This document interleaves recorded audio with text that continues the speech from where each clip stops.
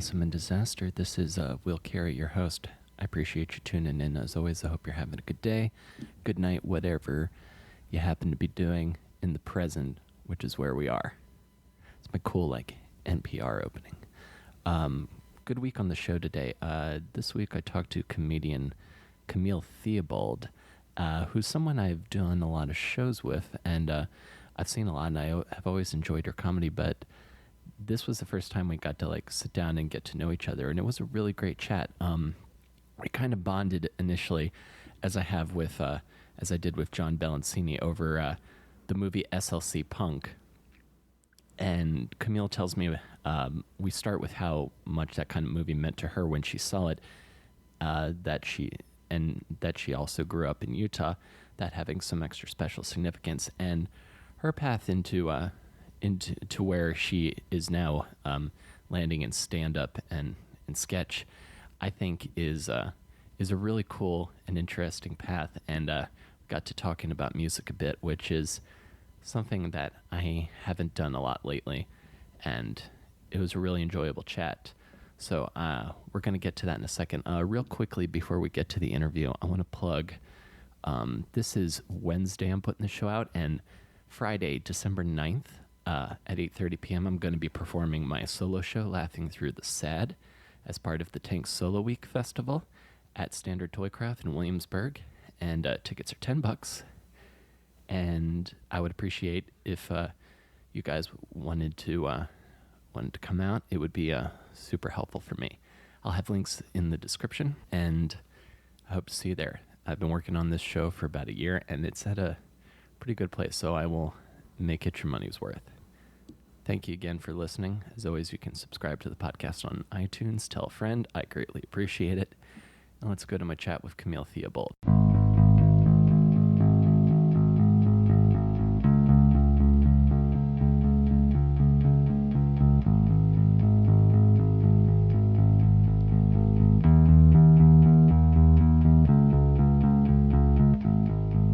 I'm taking a camera class right now. Oh, yeah? At Manhattan Neighborhood Network, MNN.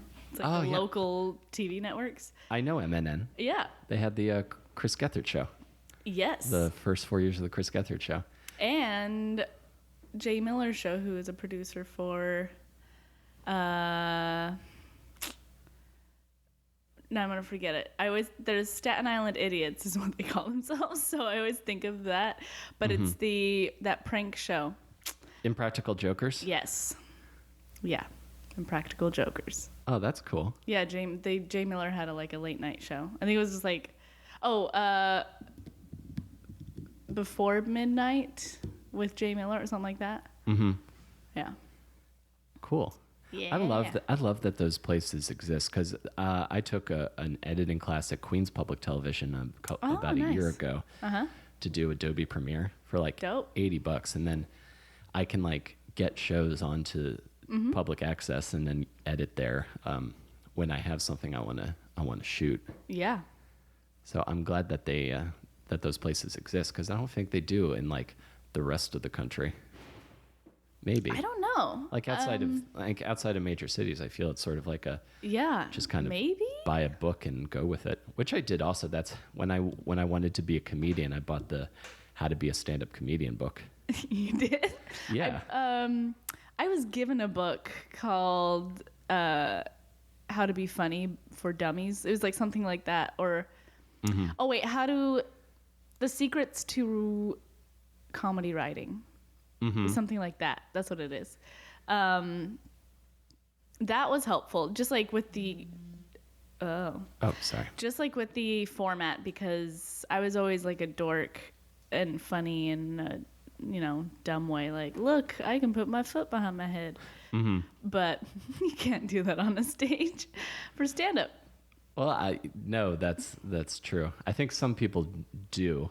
I'm always a little, because to me stand-up is being funny with the least amount of stuff possible. Yeah. And then there are some road acts that have a huge production, even for a nightclub setting. And I'm that's yeah, why? If I wanted to have all that, I would still do theater. If I wanted to have if I wanted to be in have a to wear a sketch group. costume and stuff. Yeah, exactly. Yeah. I feel like I still have to wear a costume sometimes for stand-up. Like, because I like to wear colorful, exciting clothing. But if you do that for stand-up, they won't listen to what you're saying. They're just going to stare at your clothes like, what the hell is happening? Right.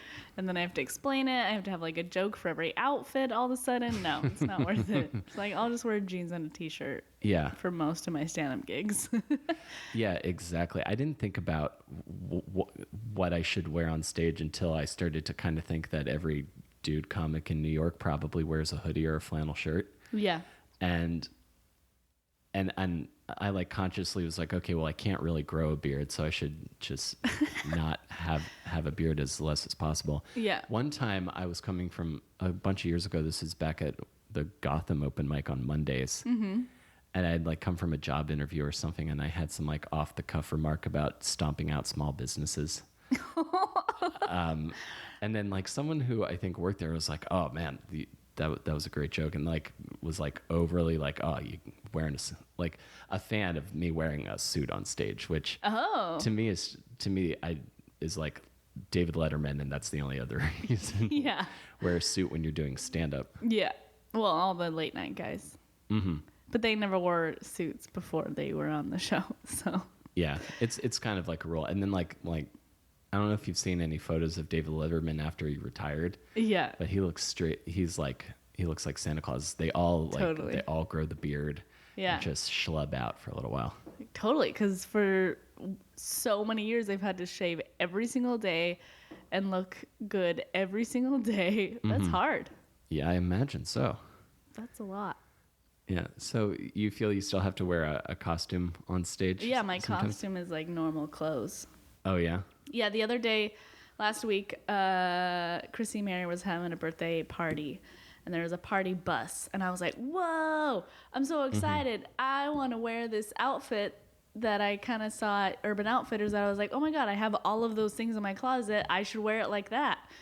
So then it's basically a slip that you wear underneath a dress, but you were wearing it as a dress. Yeah. And then you wear a like cut up t-shirt on top of it, and like Doc Martens and stuff. So it's kind of like punk-ish, I guess.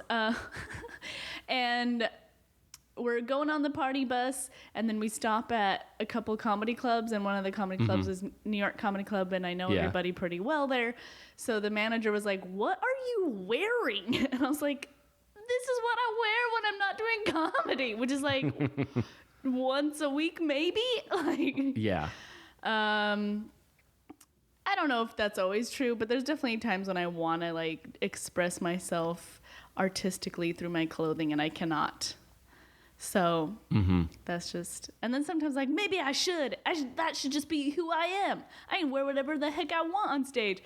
And then I'm just like, I don't feel like justifying it though. Like, yeah, exactly. Cause it seems like women who perform comedy fall under greater scrutiny to what they're dressed like than men who do comedy. It's already like, look at me like I'm a person and not a sexual being.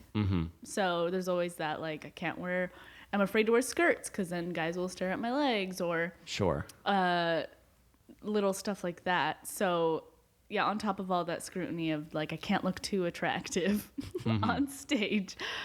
I also don't want to look too artsy. Yeah. Yeah. And I wonder how we came to have these roles. Like, at what point in human history or the history of like performance did we all, I have to imagine it like dates back to like something some like vaudeville carny said. Totally. Like before he like rode off playing ragtime on a piano.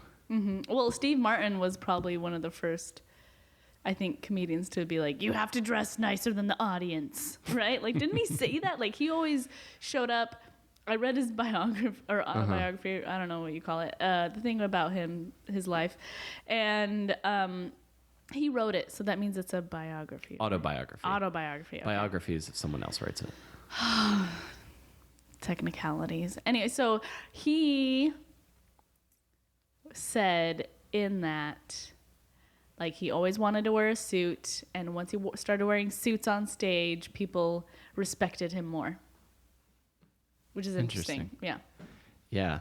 It's because to me that sounds like something like a corporate advisor would say. Yeah. That's like one of those like, don't dress for the job you have, dress for the job you want kind of things. Yeah. Which I wanted to do comedy so I didn't have to live in that world. Exactly. Like I wanted to be sort of like a punk rock miscreant.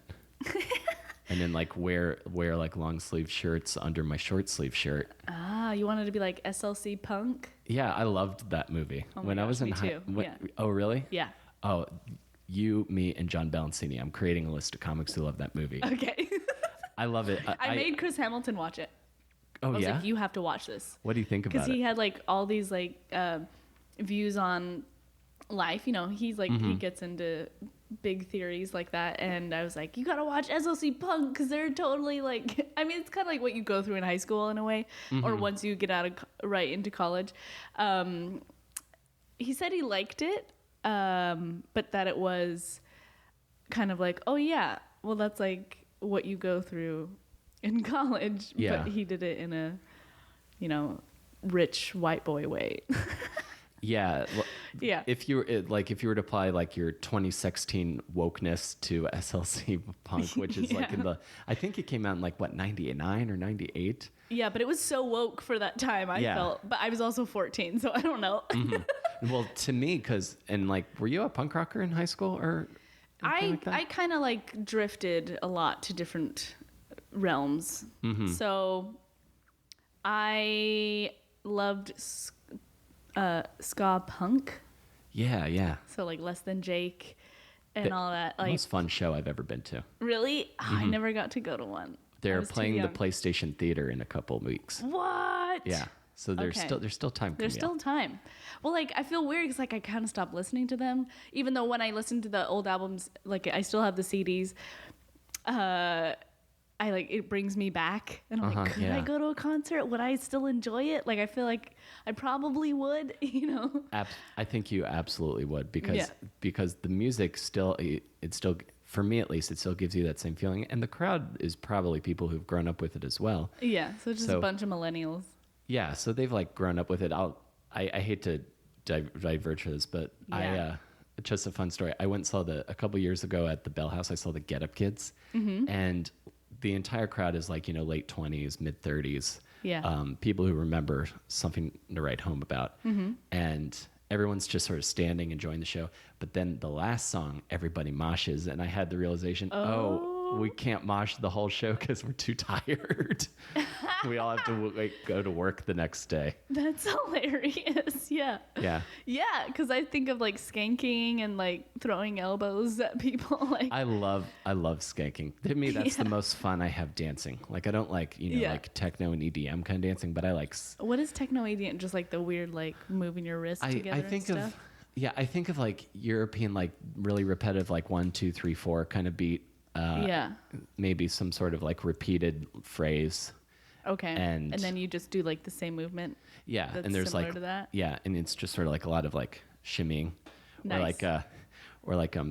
How I hate to keep divulging on my old random things, but Luis Miranda, Lin-Manuel Miranda's dad. Yeah.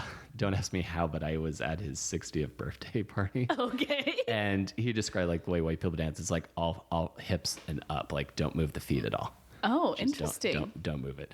Yeah. And so that's kind of how I dance, but like skanking's like, you know, get the legs. Yeah, it's all about kicking. You know? Like you better watch out because those Doc Martens are gonna hurt. They are. Yeah. So I'm curious what like your relationship to the movie SLC Punk is because. Okay.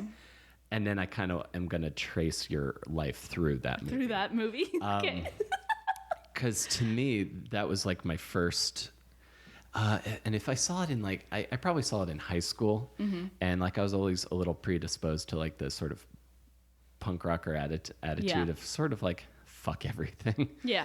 That was like my first time of like, I was like creating my identity a little bit through that movie, like sort of like an identity that was separate from my parents and what my parents had told me is how the world works and that sort of thing. Yeah. And that movie and the music and that sort of like rejection of of normalcy, I'll say, meaning like, you know, get a job and then work that job. Yeah. And especially because in that movie, his character like went to law school. And, Yeah. like, he was on the way to like being a lawyer. But he was still a punk, which was awesome. Yeah. So I'm curious, like, if there's a rebellious streak in you that is fighting against your surroundings.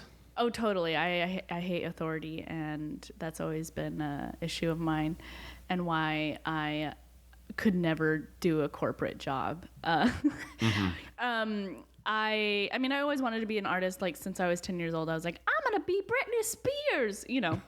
Then all the musical theater crap. So you were in musical. You're a musical theater person. I was. I was never. It's weird because I liked singing, I liked dancing, and I loved Disney movies. Therefore, I thought I'm gonna be perfect for musical theater. Well, a lot of those early Disney movies, I feel, are musicals. They're just films. But the musical theater world is a lot different than enjoying musical theater films. Mm-hmm.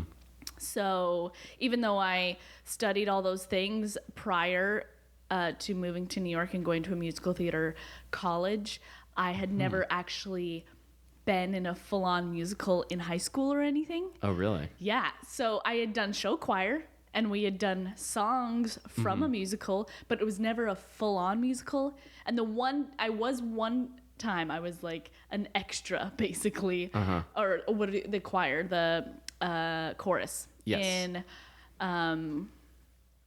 oh man, now I'm forgetting what it's called. It's the pool. The rhymes. Wait, it starts with P and rhyme, and it's pool.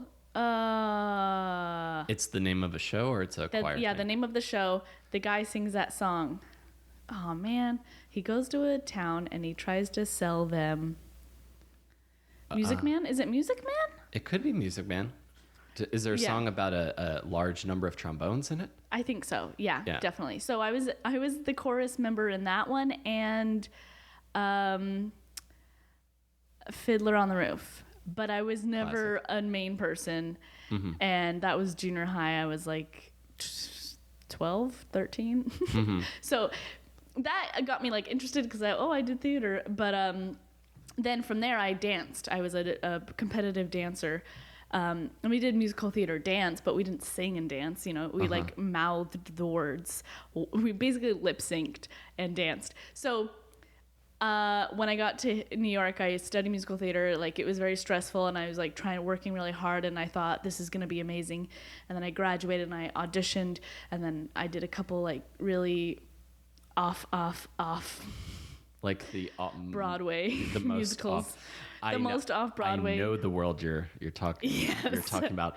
So then I hated it. So that was that's how musical theater is in my life. It's not what I thought it would be.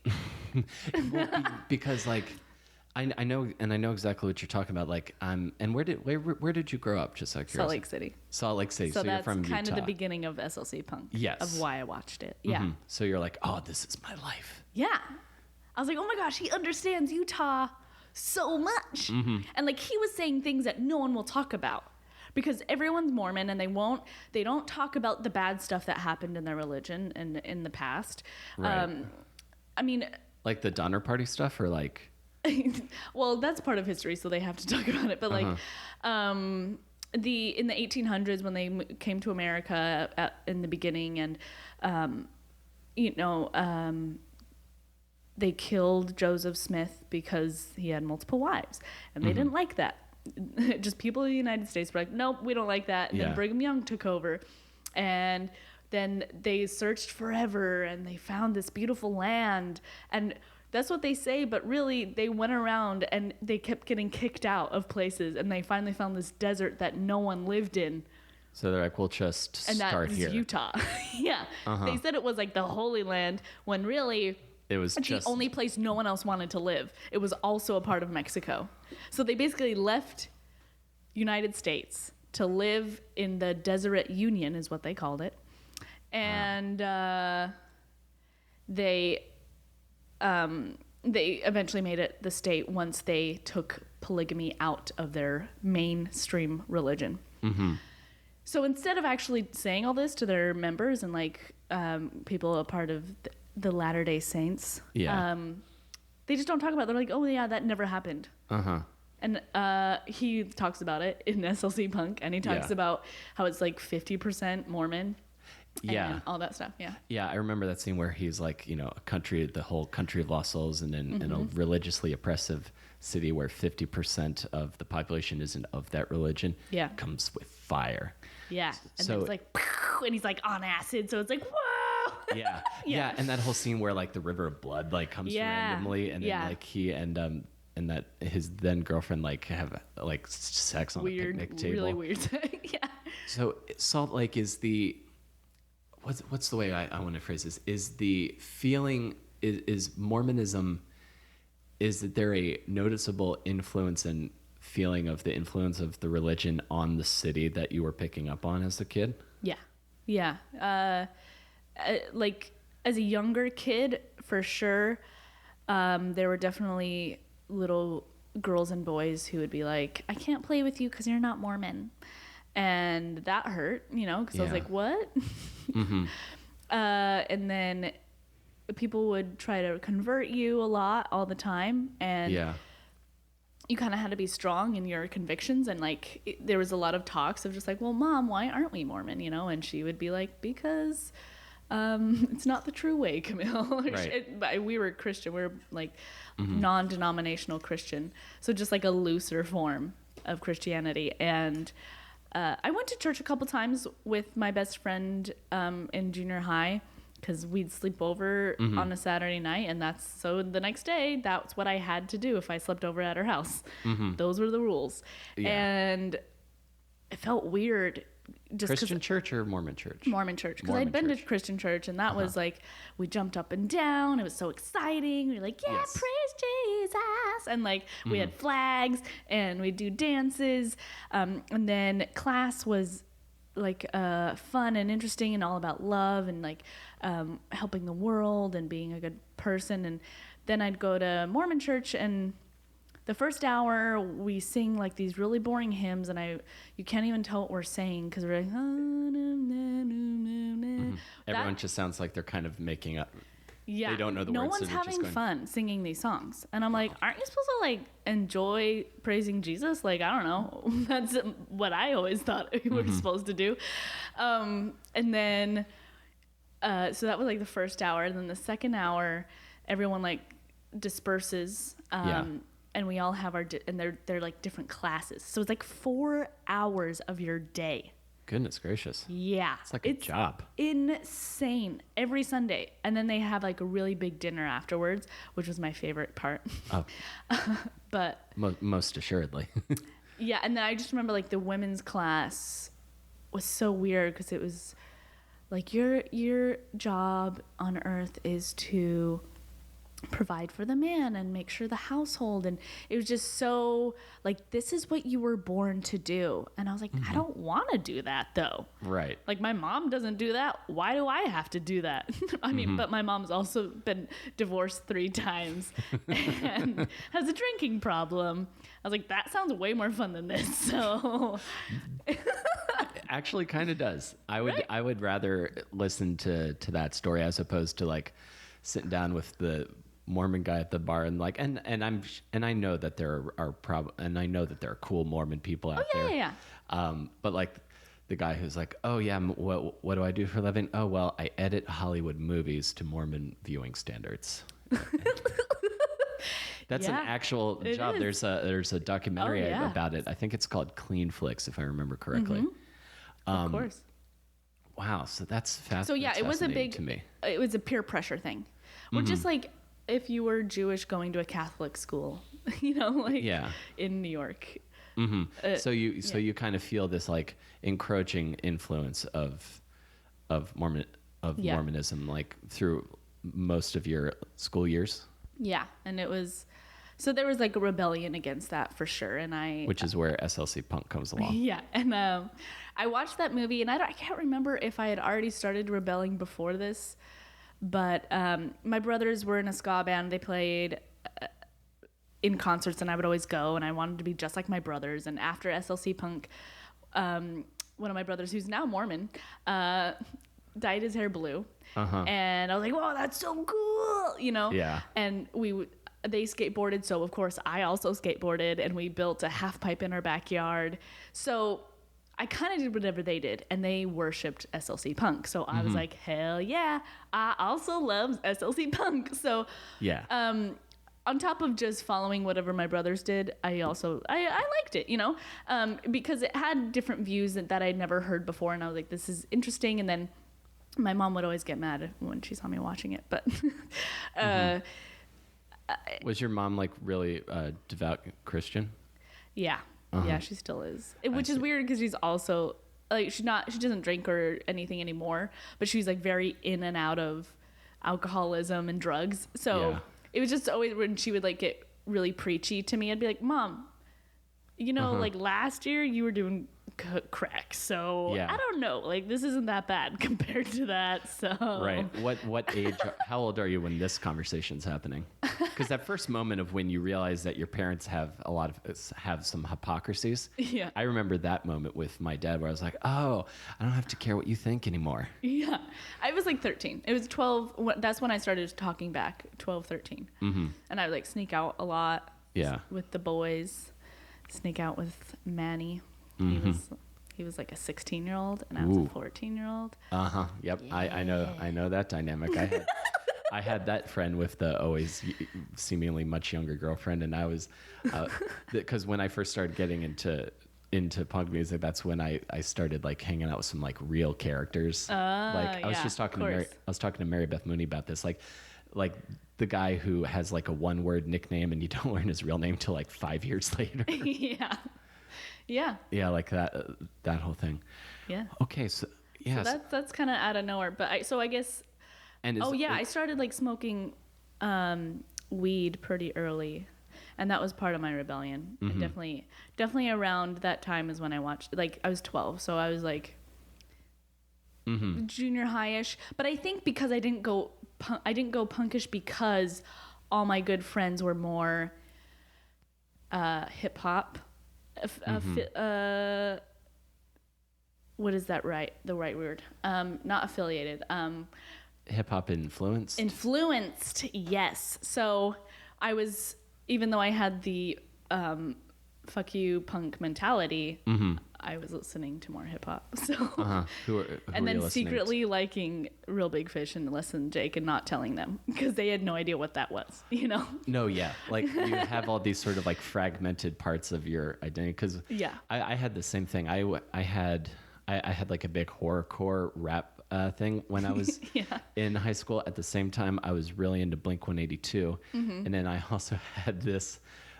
and then I also was like, oh, well, you know, I also love active modern rock radio. Like, what is that? Like, I will tell you this, like bands like, I'm trying to think who would have been at the time. Like, I don't know, like maybe like a band like Stained or like a band or like Creed or like big, like sort of like big guitar, like not quite metal, but not quite like just light rock, but like a lot of like Pearl Jam influenced kind of bands, but they want to be like heavier, man. And like a lot of bands that love Tool but don't quite have the same talent as Tool. Okay. So I had like all of these kind of swirling identities, but like I never really looked the part. I dyed my hair blue and pink a couple times, usually for shows that my band was playing. But that's cool. And then that's also when I started doing theater in sophomore year. So I had that as well. That's when I was like, okay, now I'm not, because I was like punk because I like theater. Well, I was still punk, but I was like the punk kid who liked theater because my theater department was like we were the island of misfit toys. Of course. Whereas I think some of my other theater people's experience was like, oh, all of the pretty people who like get the leads and. Yeah, I think it depends on where you live. I think so. Because I've seen both. Where when I was in Utah, it was pretty people. It was, I mean, most LDS people grow up with a piano in their house, and the family stands around and sings songs together. That's a family event, and so they all could sing. not all of them, but they all like are very musically talented and can sing, most of them. And so those were the ones doing musical theater. And then I moved to Colorado when I was 14 to live with my dad. And if you were in theater, you were deciding to be a dork because there's no going back. Right. Yeah. It was very rare for someone to be able to be in theater and also a jock or also anything cool. Right. You were just straight up dork. Yeah. Straight up, we're going to make fun of you. Yeah, a lot. Which I almost I prefer that, because even if I'm getting, when I was in high school, I was like, I've been made fun of my entire life. I'm going to be made fun of regardless. I'd rather at least do it with other people who feel the same way. Yeah. There you go. Now you're like getting made fun of in groups. Exactly. You kind of have that a shield. You have people that have your back maybe for one of the first times. Yeah. Okay, so you moved to Colorado at 14. Are you doing theater at this time also? Mainly dancing. Mainly dancing. That's what. Yeah, I wanted to get back to that competitive. So what? You're a competitive dancer, which I can see. You can. Interestingly enough, I don't know why. Because I'm a competitive person, or you just see like. I guess I just Jean Rene Ramsey in my. I guess I just look at you and I think, well, I guess I would have never thought about it had you not told me that. But I guess if I'm like, if I look at you like, okay, she looks like she could bust a move. Like she could probably hold her arm and leg out for a period of time. Yeah, definitely. So what kind of dancing were you doing? Ballet, jazz, hip hop, classical? Well, so I started doing jazz and hip hop in Utah because I wanted to be Britney Spears, obviously. And what is jazz dancing exactly? It is like leaps and jumps and turns, and it's generally what the type of dancing you'll see in a chorus line, or what are other musicals that people might have seen? Chorus line, Chicago, all that jazz. Yeah. Like Bob Fosse. Well, Bob Fosse's a little bit more modernized, but yeah, he does use a lot of jazz moves in it. So it's almost like if ballet were to take away its classiness. So if ballet took its skirt off and smoked a joint. Yeah, if ballet turned the poofy skirt into a leather black skirt. Nice. So we're going from Alvin Ailey to Suicide Girls. Yes, I guess. Alvin Ailey also, I guess it's mainly modern and ballet, but they definitely do have some jazz classes there. Rad. At least they did 5 years ago when I took class there. But so I did jazz and hip hop, and then I moved to Colorado and I joined this group in the area because that was like literally the only thing that was gonna make it okay that I was moving to a new town. I was like, if I'm moving, you better find me the best dance troupe to be a part of, Dad. Yeah. And they're actually really awesome. And the Rocky Mountain Rockettes is what we were called. Great name. Right? I love it. And then they require you take ballet. Like I had no choice. If I'm going to be on a competitive team, I had to take ballet, which makes sense because you have to have the technique, the core. Yeah. And so I did ballet, jazz, musical theater dance, and hip hop. I never took tap till I moved to New York. I was like, tap is for losers. Yeah. Tap is like very 20s. Yeah, and also there's no pop stars who tap. I mean, it's very rare. Yeah, I guess not. You don't see Chris Brown tapping in any of his music videos. Yeah, I guess so not. To me, it was like, didn't make sense. Gotcha. I was gonna be a pop star. Right. That was the dream. Yeah. Was pop star. Heck yeah. So. Nice. Yeah. So then. No, this is the other coin of like, because I was going to be a rock star. That was. Yeah. That I was like, I'm going to be the front man of the most awesome band. Yeah. And it's just going to be nothing but ladies' undergarments being thrown at me. Yeah. Like That was idea. the dream. Yeah. Because I also went through a big 80s metal phase, and that seemed to be par for the course. Yeah. So you were going to be a pop star. Yeah. Did you ever like make any demos or moves to going towards? No, I'm just because I'm so curious what the anticipated path for pop star is. I guess I watched a lot of those episodes, and then I got hooked on Ashley Simpson. I was like, oh my gosh, I want to be just like Ashley Simpson. And that was also like the summer I moved to Colorado, and I got really obsessed. And then, so I started writing poems in the form of song. Like, they were very song formatted, but they were still just poems because I didn't have music to them. Sure. And then I was dancing, so then I thought, well, maybe I'll go to musical theater school, I'll put it together. But then also my thought was it might be actually more feasible or a longer and more realistic career if I just do musicals. If I'm like just... if I can go Disney Cruise Line, I can... Yeah. That sort of thing. I was like, if I'm multi-talented in that way, I have a higher chance of succeeding. Because after watching how much crap Ashley Simpson had to go through... So much. And she already has a famous sister. I was like, this is hard. This might not happen. Right. And the curve after the peak of success never seems to go over well. Because VH1 had this special about like bubblegum pop music that I watched a couple times. And Chris Rock had this one joke when he was like hosting the VMAs once or something. He was like, Backstreet Boys, didn't you ever see New Kids on the Block? Don't you know how this movie's gonna end? Yeah. And it's smart. Yeah. Yeah, like after the kids aren't into you anymore, like the Jonas Brothers. Yeah. Like, well, at least one of them's like doing a solo album. Yeah, I mean there's always one that continues on, but then like I'm trying to think of like a really tragic example, like Leif Garrett's behind the music. Oh my God, that guy went through hell after the screaming died down. Yeah. So you decide musicals. I'm curious. Like, did you grow up loving musicals and punk music? Yeah. And what are some of your favorite shows? I didn't like Screamo, but I did like... Yeah, Screamo I was kind of... I wanted to hear what they were saying, still. Yeah. Like, I liked The Used and a couple of others, but otherwise, a lot of it just sounded the same to me. Yeah, I had The Used CD. I'm like just the... Also from Salt Lake.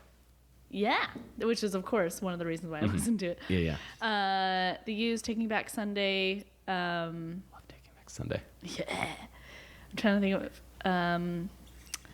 there's a couple other ones. Those are my favesies. But it was kind of like... I grew up on Disney. I knew every single song to all the Disney movies that came out before the year 2000, basically.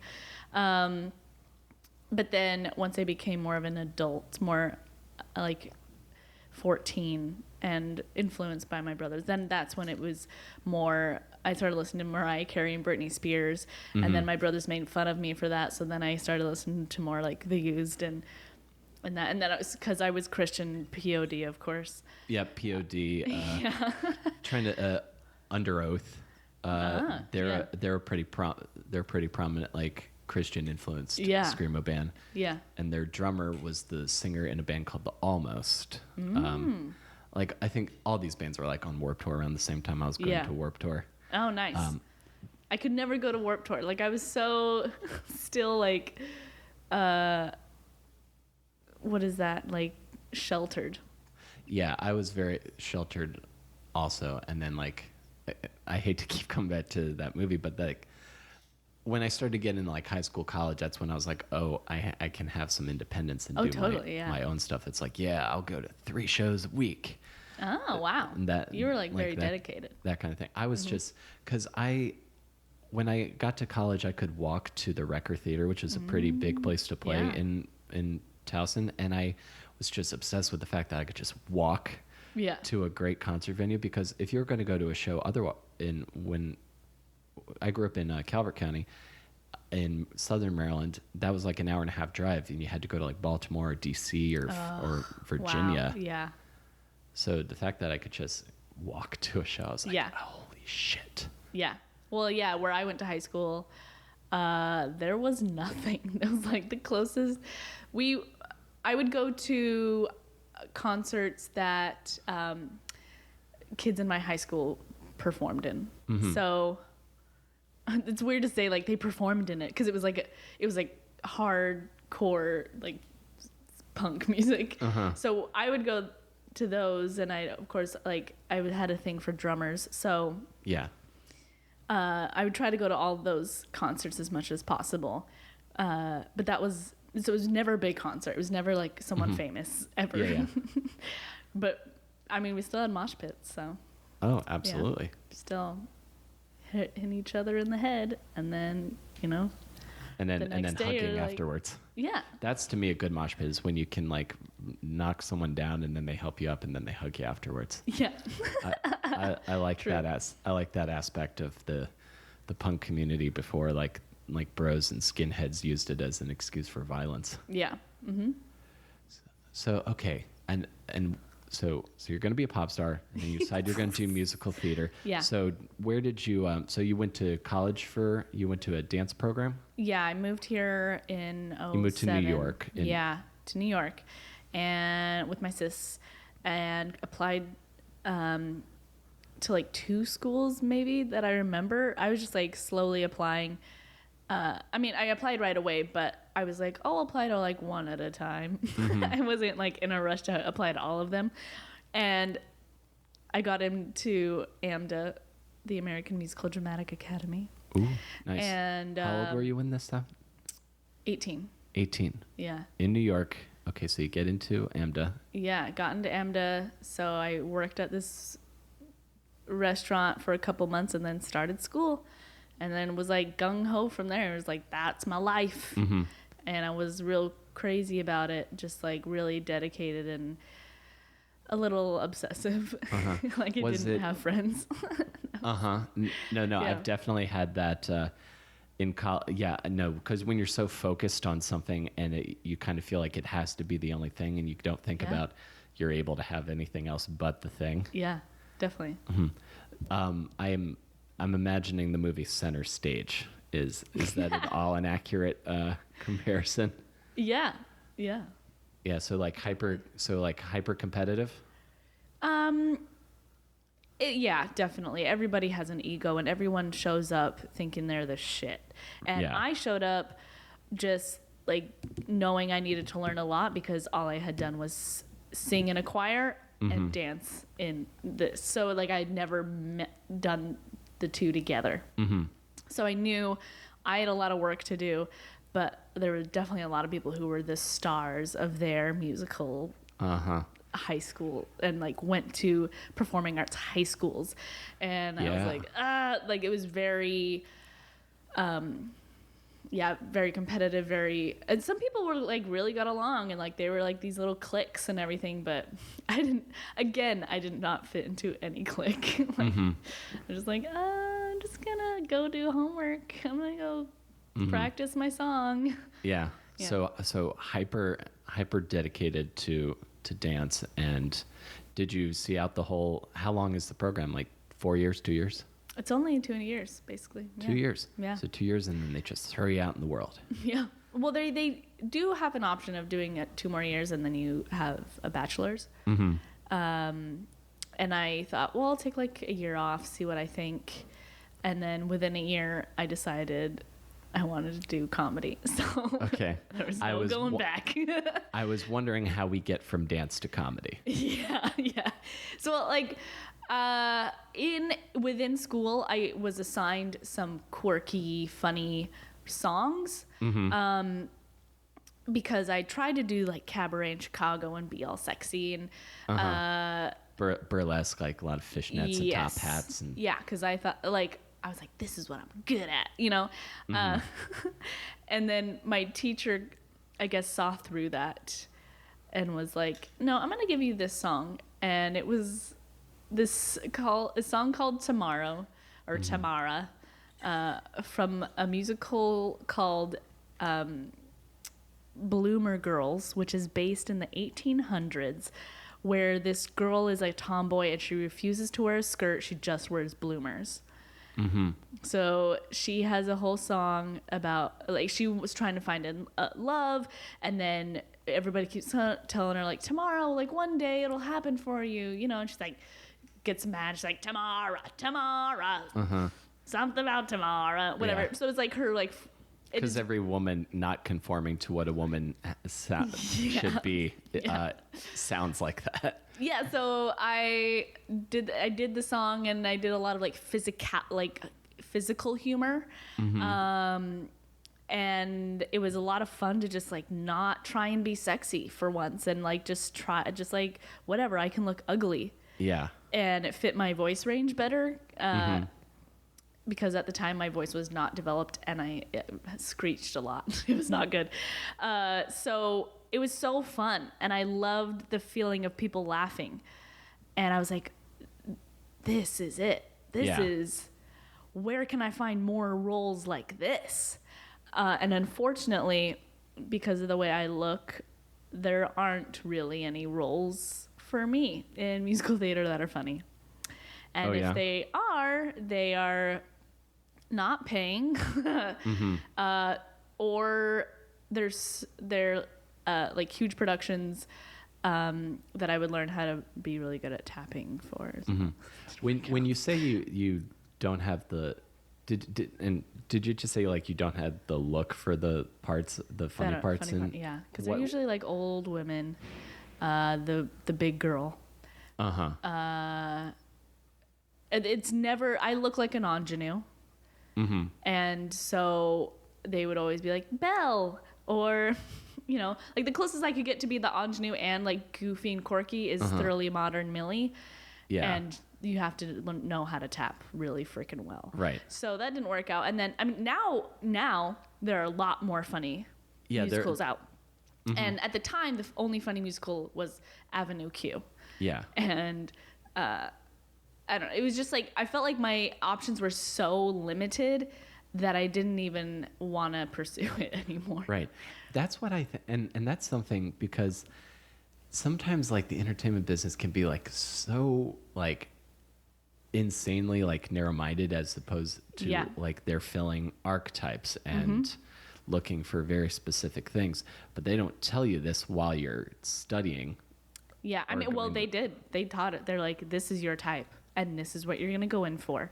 So get used to it. Mm-hmm. That's what I was told. Yeah. Oh, I didn't even get that. I think we had like 4 weeks on what the actual business is like. Yeah. We had the business week. Yeah. Mm-hmm.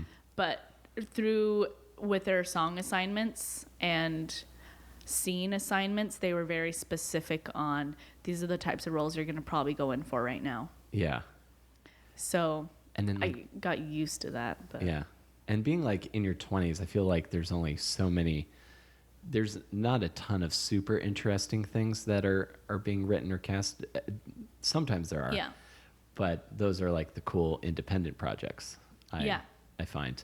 Like, I think like I got cast as like a football player in like an industrial, like an anti-drinking PSA when I was like one of my first paid gigs out of college. So like there was no talk of like type or anything like that. I also kind of quickly learned that like kind of like I got cast as like mentally challenged people a lot. Like I'd get like my first like I got cast as like some like the brother with Asperger's syndrome and like what? That kind of stuff, or like, you know, just kind of the generally like either like the one with problems or like the or those are hard roles to play because you don't want to be offensive, but you want to be accurate. Yeah, exactly. Yeah, it's just that's why I like kind of that's why I sort of like that I writing and doing my own things, because you know, and like now that I'm older, I feel like I have like, I don't know if you feel this, but I feel like I have like the life experience to like actually kind of be good. Yeah. Whereas I think before when I was in classes and trying to like feel all the emotions and the scenes, or like like doing some David Mamet play and having to be like a misogynist jerk, like not being able to really embody it, but I probably could now. Yeah. Well, yeah, totally. I mean, most actors don't really get good until their 30s. Yeah. And I feel like, and also, content is getting way better. Because I think about it all the time. Like, I guess I could go back to musical theater. Like, because now there are way more roles that I'd be interested in. Also, I look older. Yeah. I have short hair, so I would be getting different roles now. Yeah. Than I would back then when I had long hair and I look like girl next door. Yeah, I like your haircut. I think I like short hair on girls. I think it's a good look. Thank you. So, well, I've decided, and I was going to wait to tell you this at the end, but I don't know how we're going to do it, but we're going to make you a pop star. Okay. In some way. Because I got guitars and bass guitars in my room, and I think we need to find some show in New York. Okay. Like a sketch show or something where we can write a pop song and we could do it. Cool. Yeah. I have a guitar, a ukulele. Oh, ukulele is important. It's important to have a ukulele nowadays. It definitely is. Yeah, I think so. So, all right. So that's going to be our stated goal. Cool. Going out of this interview is we make Camille a pop star. Cool. I down. Dig it. So let me ask you this: How do we get so? Do you get to stand up through frustration with not being able to be the funny part in shows? Is that how it happens? Oh yeah. So because I was like, hey, I don't really relate to any of these things I'm being cast in. I looked into improv first because that seemed like the most attainable. Yeah. And then I was like, you know what? Maybe I'll try stand-up. I'm good at telling stories. I tell stories all the time. Or I'll randomly say the most ridiculous thing and all my friends think it's hilarious, even though I'm actually being really serious. So I was like, my friends laugh at me all the time, so maybe that'll work. And went to an open mic. And where was it? New York Comedy Club in August of 2010. I met Jonathan Morvay, who now lives in LA. Yeah, I know Jonathan. Yeah, and he was like my first friend in comedy, and he was like, hey, I'll show you the ropes. Which is funny because he like took me to Cabin, which is now closed, but they used to have shows there all the time. Yeah, that was a legendary weekly show in New York City. Like huge people would come through that show. Yeah. Did you ever get to do Cabin? I never did. No. I never got to do a show at Cabin. So sad. But yeah, so you would, were you going there and having your mind blown and stuff? Well, I wasn't 21 yet, so they wouldn't let me in. I was really sad because I literally I turned 21 a week later. I was like, come on, I'll be 21 in a week. Right. Please. And they're like, nope. So that was like, it was a good experience. And my first time getting on stage was so easy. And I just like was myself and talked about my Mormon screwed up family. Yeah. And when I got off stage, people were like, that was your first time? And I was like, yeah. And they're like, that was great. I mean, it was a bunch of dudes, of course, who were like, oh, new meat, but it felt good, you know? Right, yeah. They were also encouraging. They didn't only tell me I was pretty. So, well, that's good. Yeah, it was just, and it was fun, and it was something I could do without having to rely on anyone else. I had to take the initiative. No rehearsal setup time. It was I still did improv a lot for the first 2 years of stand-up, but I eventually stand-up started picking up way more, and I actually got some paid gigs, so I was like, oh, I can't do improv anymore. I'll still do like jam sometimes. Yeah, sure. Fun. It's fun. Yeah, absolutely is. Yeah. Excellent. But, yeah, that's kind of how it became stand-up. Fantastic. So like things kind of started progressing naturally, because I'm always curious, because I think you do a bit more clubs than I do. I'm always curious because I literally, there's like I have entire Facebook threads where we're just like, me and a bunch of other comics are like, oh, how do you get into this club, or how do you get into that club? Which I'm trying to focus on less, because it just drives me insane and makes me makes me like not like comedy. Like gets away from like the fun of being on stage and getting laughs. I'm curious what your experience has been with like clubs in New York, and what has been beneficial and what has worked for you as far as performing there. I would say it's actually, I didn't start getting clubs or anything until I was getting on a lot more indie shows. Yeah. And that really started to pick up, and then people who are on indie shows also produce a show at a club. So then I'd get in sort of at the club by doing a produced show, and then slowly meet the bookers and like, hi, how could I audition for you? And just like it's like a slow progression, but it really starts with that baseline of indie shows and being known in the comedy community and having a social media presence, and letting people know you're working all the time. Yeah.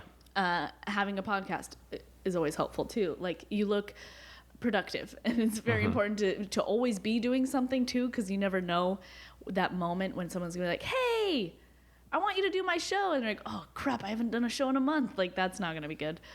So just and it was kind of a natural progression of just like meeting people. Hi, can I get on? Okay, cool. I auditioned for late night, then I did late night for a while, and then I did check spots for a while, and then it slowly turns into guest spots, and that's Yeah. basically. And then not sucking, just like don't that suck. helps. That helps too. Yeah. Yeah. So yeah, because like some of like the like comedians like Facebook groups that's sort of like, oh, you got to go put in FaceTime at the club. Oh, totally. And, yeah, you do. You got to hang out like you're friends with everybody, because you should be. You should be friends with everybody. Yeah. You shouldn't be like, oh, well, I hate that guy because blah, blah, blah, blah, blah. Like, no. Every freaking person in this comedy community knows each other, has something to offer, is worth being friends with regardless, you know? So. Right. So, I'm curious where, so stand-up is going well, and I find you incredibly hilarious. I can't remember exactly where I met you, but it's just like, oh, Camille, I've known Camille forever. Ago, I feel like at either the Creek in the Cave or, why do I feel like the Pit or QED maybe? Yeah. Yeah. I feel like one of those, definitely. Yeah. So and your stand-up's great. The jokes are sharp. Like, it's you very uniquely you. Like, I love the threesome story is great. Like all of these great bits. I'm curious, and then this might be a good way to wrap this up. Okay. Is there anything other than being a pop star, which we're going to cover? We're taking care of that. Yes. Is there something in entertainment that you want to do that you haven't done yet, or something you're like pie in the sky kind of goal kind of thing? Pie in the sky. I would love to have a one-woman show on Broadway. What do you think it would be? It's slightly more than just a hour stand-up special. You know, it's kind of like The Bronx Tale, where he turns into people, and he plays other people in his life and characters, but it's still funny, and it's still him, and it's still very engaging. So that would be like the all-time goal. That would be pie in the sky. And then obviously television. I just want to be on TV a lot. Yeah, I would love to, like, I have in my head of like, once I could do that first, like could do Conan or Tonight Show or something like that. I know I have it I know enough now that it's not going to solve everything. Yeah. Like, I'm not going to be able to like quit day jobs immediately after, but yeah. It'll be the thing that at least I think makes me feel like I'm really in the club and I'm not going to get kicked out. Yeah, of course. Yeah. Well, and I think really once you do get a late night TV spot, it is really that the responsibility is huge on you, because now you are expected to be funny no matter what, all the time. Yep. Constantly, no matter what. But even honestly, before you get there, that starts to get it, because then people are paying you. You're like, oh man, this really is a job. It is fun, but Yeah. also when I'm tired and I don't feel like writing jokes, well, too bad. You're gonna write them. Like, you have to. You Exactly. have no choice. Yeah. Yeah. And then something Ron White said when he was on WTF, like, you know, your first like album, because that's another goal. I Yeah. really want to have an album. You have like however many years you're doing comedy, like maybe like 10, 8 to do that first album. And then the second Yeah. one, you have much less. Oh, yeah. Because Yeah. you have to like, You have to really get on your shit. Mm-hmm. Totally. Yeah, I mean, obviously I want to have an album. I want to... if I could have, like, a show like Amy Schumer, that like a sketch show, and it's all based off of her and her ideas and her opinions, that's amazing. That's, like, amazing. But I also, one day, I have to be on Broadway because that's why I moved here. So one day. yeah, absolutely. If I'm just, like, the maid in a musical where I get one funny song, like Roseanne did. Well, I think that you'll eventually do that because, you know, there's still the pizzazz. Oh, thanks. I loved your jazz hands. This is the only musical theater thing I know, darling. I went like like Joey Fatone's agent from Friends for a second there. Cool, man. I hope Yeah, I it's answered your questions entertainingly enough. I think so. I think it was great. Like, Okay, I didn't cool. know you were from Salt Lake Yeah. and all this stuff, and I didn't know you wanted to be a pop star. Yeah, and man. now I'm gonna probably bring it up for a couple times the next time I see you. Okay. Because we're gonna make this happen. Because I Okay. haven't played music in forever. Oh, really? In front of people. Nice. So I really need to do that again. I had a and fake- Ashley Simpson's like, it's sort of like, okay, Yeah. all right, I gotta break this down. Okay. And then I think Mike Lemmy is almost here. Cool. Okay, he's waiting for the local. He'll be there and he'll be here in a few minutes. Okay, so Ashley Simpson, her pop songs were sort of rock influenced. Yeah. Like just like Oh, yeah. power pop or influenced. So I definitely have always had this fancy, like, if I couldn't be like a rock star, I would be like the guy who plays bass for Miley Cyrus. Yeah. Like, yeah, I think yeah. I still think I could do that, Miss Cyrus. Yeah, you could for sure. I was down to be the backup singer for Mariah Carey. I was like, yeah, whatever. Yeah, I think whatever I it'd gotta be. do. Yeah, I think it'd be fun. And then like if the Disney Channel couldn't interview Miley, I could talk about being in her band. Yeah. There you go. I think that would, because those songs are. Do you think you're young enough still to be the bass player for Miley Cyrus? Well, I mean, she's going in kind of a different direction the past couple of that's what I was albums. So I don't know if it doesn't seem like the rock influenced pop music is super cool right now, but I could definitely, with the exception of like your One Directions or your Hot Shell Ray, like, you know, that I like it like that, that song. I don't know that song. Those seem to be like your more boy bandish kind Yeah. of things, and I never saw myself being in a boy band. No. Mm-mm. But the next like young cool guy or girl that like has like they want a little bit of edge, I could probably, because those songs. Hey, maybe Lady Gaga. She's going more rock now. Ooh, that would be good. Less pop, more rock. We're I think that's a great way to close. Okay. Thank you for talking to me, Camille. Thank you.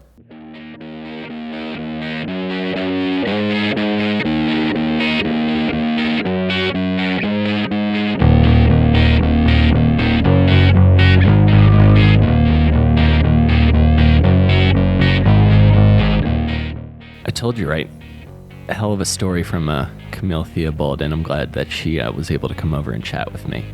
That's the show for the week. Thank you again for tuning in, and as always, you can check out my website, willcarryisfunny.com, or you can tweet to me on Twitter at @comicwillcarry.